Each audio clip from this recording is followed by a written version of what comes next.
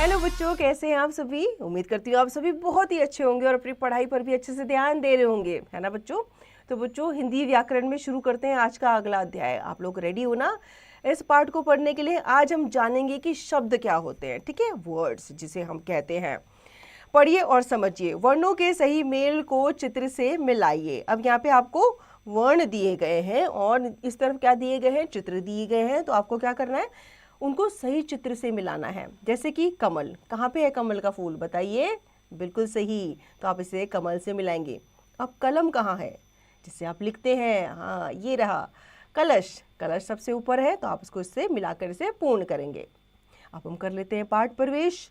दो या दो से अधिक स्वर अथवा स्वरों एवं व्यंजनों के जुड़ने से शब्द बनते हैं, परंतु शब्द वही होता है जिसका अपना एक निश्चित अर्थ हो। जैसे अब वर्णों को एक साथ जोड़कर हम क्या बनाते हैं, शब्द बनाते हैं, लेकिन वर्णों का एक सही क्रम में होना जरूरी है शब्द बनाने के लिए, ठीक है। जैसे कि न जमा ह जमा र, नहर शब्द है। म जमा ह जमा ल, महल शब्द है।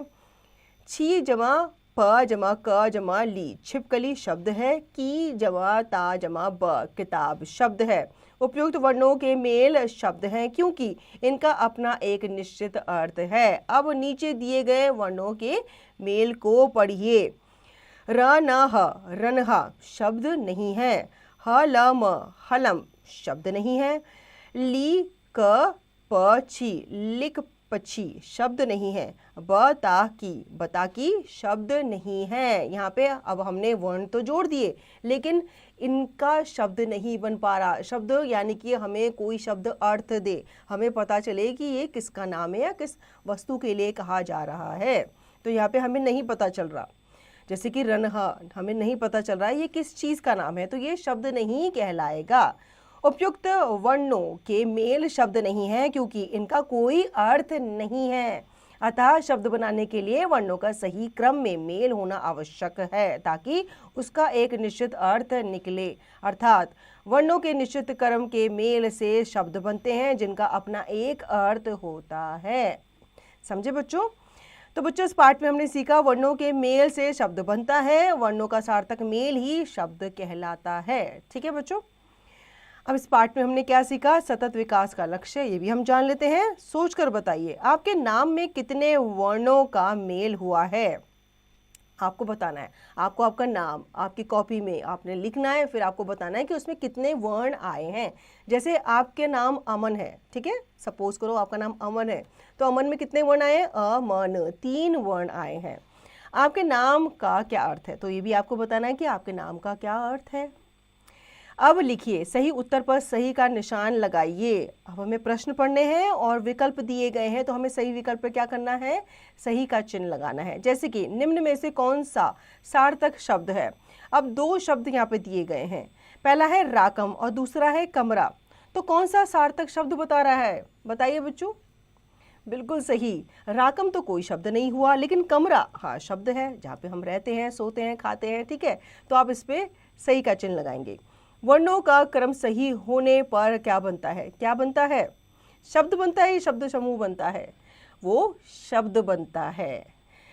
तीसरा है, शब्द का एक डैश अर्थ होता है, शब्द का एक निश्चित अर्थ होता है जो हमें बताता है कि इस शब्द का अर्थ क्या है। जिस शब्द का अर्थ हमें नहीं समझ में आ रहा, इसका मतलब वो शब्द नहीं है। अगला, नीचे दिए गए वर्णों व मात्राओं को जोड़कर शब्द लिखिए। जैसे कि पहला, स जमा ऊ की मात्रा र जमा ज, तो ये क्या बन गया, बताइए। आपको ऊ की मात्रा लगानी है स पे, तो क्या बन जाएगा, सू।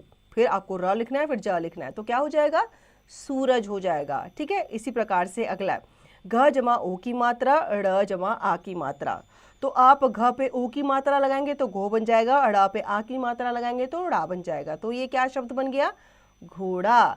इसी प्रकार से आप बाकी के वर्णों और मात्राओं को जोड़कर एक शब्द बनाएंगे। आगे बढ़ते हैं, वर्णों का क्रम सही करके शब्द लिखिए। तो यहाँ पे पहला है लफू, तो ये कोई शब्द नहीं है, हम लिखेंगे फूल, तो ये शब्द है। दूसरा, बूकरत, तो हम क्या लिखेंगे यहाँ पे, कबूतर। ठीक है, बुकरत तो कोई शब्द नहीं हुआ, तो हमने इसको सही ढंग से लिखा, तो ये क्या बन गया, कबूतर बन गया। ठीक है, इसी प्रकार से अगला है मलक। मलक कोई शब्द नहीं होता, ये कोई अर्थ भी नहीं दे रहा होता, लेकिन अगर हम लिखेंगे कमल या कलम लिखेंगे तो ये शब्द है जो हमें अर्थ बता रहे हैं। ठीक है, इसी प्रकार से आप बाकी के शब्दों को सही क्रम में लगा करके लिखेंगे। अगला है बच्चों, जो शब्द नहीं है उन पर गोला बनाइए। अब आपको यहाँ पे शब्द दिए गए, इनको आपको पढ़ना है। जैसे कि कोयल शब्द है, लेकिन ये शब्द नहीं है, तो जो शब्द नहीं है हमें उस पर क्या लगाना है, गोला लगाना है, तो आप कोलय पे गोला लगाएंगे। अगला है कोमल और उसके साथ लिखा है कोपल, तो कोपल शब्द नहीं है, कोमल शब्द होता है जो हमें अर्थ देता है। ठीक है, तो आप कोपल पे गोला लगाएंगे।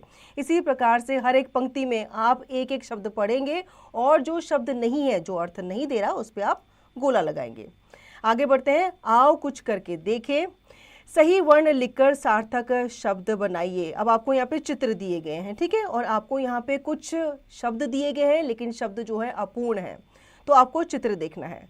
पहला चित्र है कलश का। ठीक है, तो क दिया गया है, श दिया गया है, बीच में आप लिखेंगे ल।